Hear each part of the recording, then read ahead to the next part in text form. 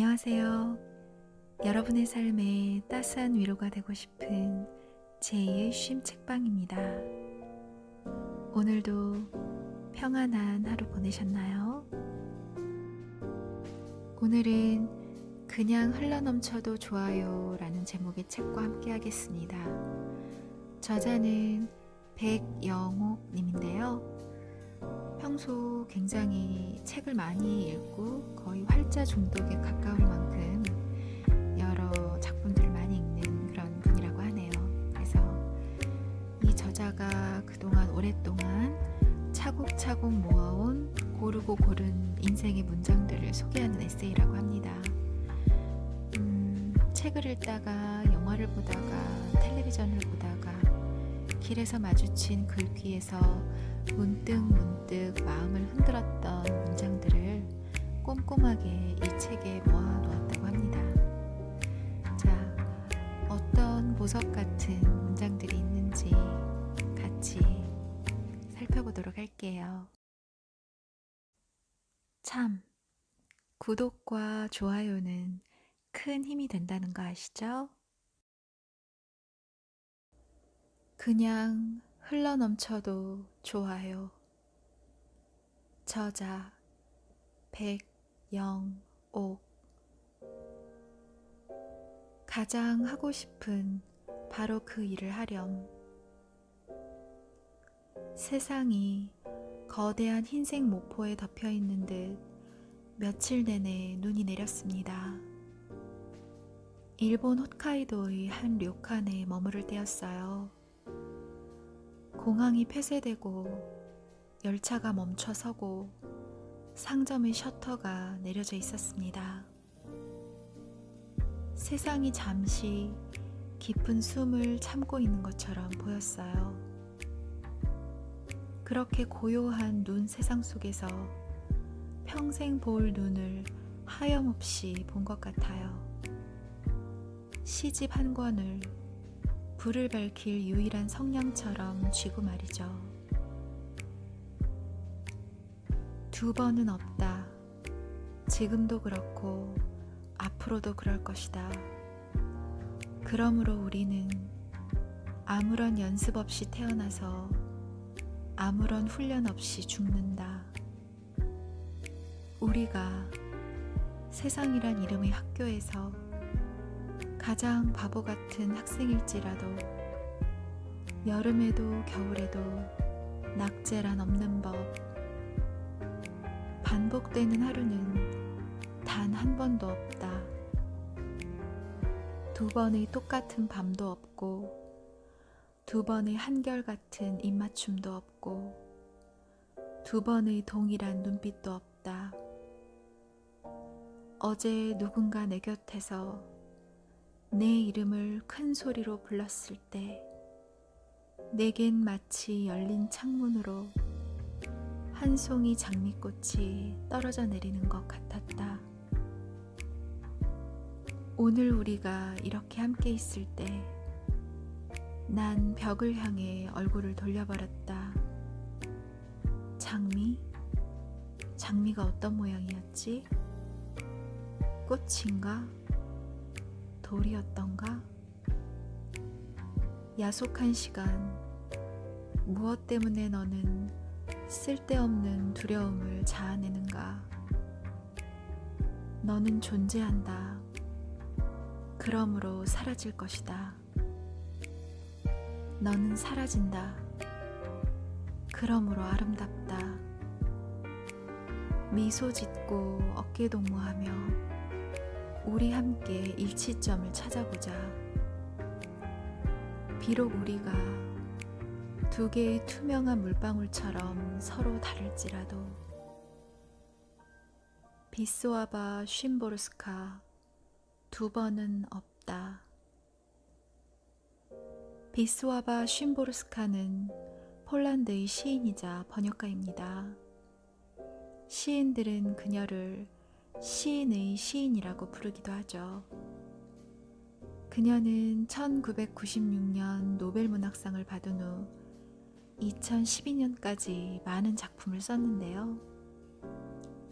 저는 마음이 쉬이 흩어지고 불안할 때마다 그녀의 시 두 번은 없다를 반복해서 읽습니다. 그러면 문학의 엄마이자 할머니인 그녀가 제 머리를 천천히 쓰다듬으며 이렇게 속삭이는 것 같거든요.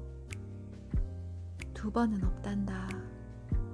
반복되는 하루는 단 하루도 없어. 지금 이 밤도 내가 흘린 눈물도 점점 희미해지고 다시 없이 사라지고 있단다. 그러니 지금 내가 가장 하고 싶은 바로 그 일을 하렴. 두려워하지 말고 나아가렴. 중요한 건 시를 눈이 아닌 입으로 소리내어 읽는 겁니다. 또박또박 한자 한자 쉼표 하나까지 밥알을 꼭꼭 씹어 넘기듯 말이에요. 그러면 시란 본래 읽기 위한 게 아니라 아름다운 노래처럼 듣기 위한 형태로 존재한다는 걸 온 몸으로 느낄 수 있을 거예요. 세상에 누구도 없는 듯 아픔이 찾아오면 내가 나에게 들려주는 위로의 말을 찾아낼 수 있어야 해요. 이 시를 서랍 안에 포개어 잘 넣어두세요. 저처럼요. 오늘은 내 인생의 가장 어린 날. 제1차 세계대전 말 미국의 뉴올리언스. 어느 날 어린 아기가 양로원 문 앞에 버려집니다. 놀랍게도 아이는 80세 노인의 얼굴을 하고 있었어요.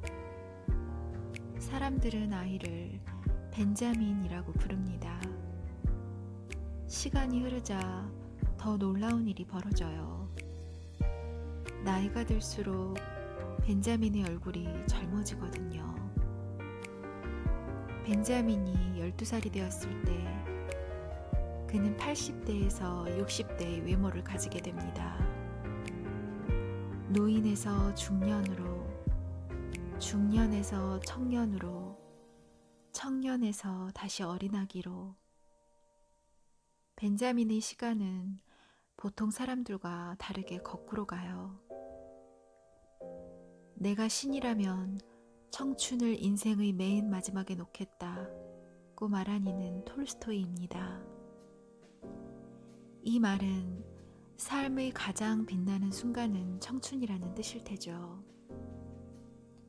하지만 돌이켜보면 청춘은 아름답지만 가장 불안정하고 어리석은 시기이기도 합니다. 여기저기 씨앗을 뿌려도 도무지 싹이 나올 기미가 보이지 않는 가슴 답답한 시절이기도 하죠. 저는 그 힘든 20대로 다시 돌아가고 싶지 않아요.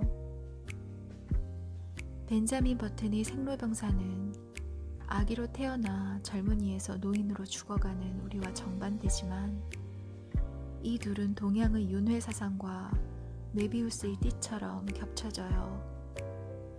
영혼을 믿든 믿지 않든 보이는 삶에는 죽음이라는 끝이 존재합니다. 삶을 한 권의 책에 비유하는 건 끝이 있기 때문일 거예요.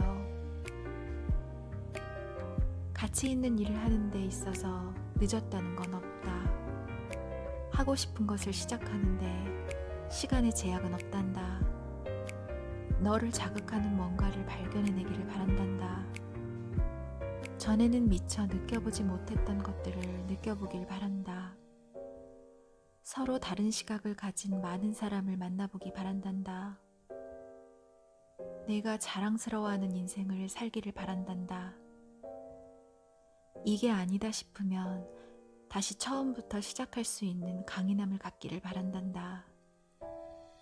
벤자민 버튼의 시간은 거꾸로 간다. 가끔 스스로에게 왜 사는가 라고 질문합니다. 10대에는 대학에 가기 위해, 20대에는 취업하기 위해 살았던 것 같아요.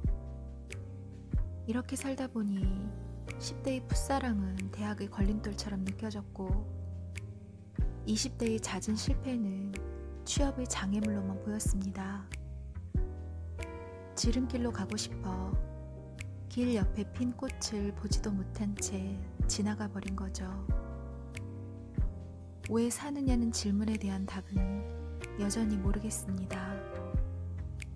29의 제가 39의 나를 알 수 없었듯 49의 삶 역시 예측하긴 힘들 테니까요. 살아보지 않은 나이를 우리는 영원히 모를 겁니다.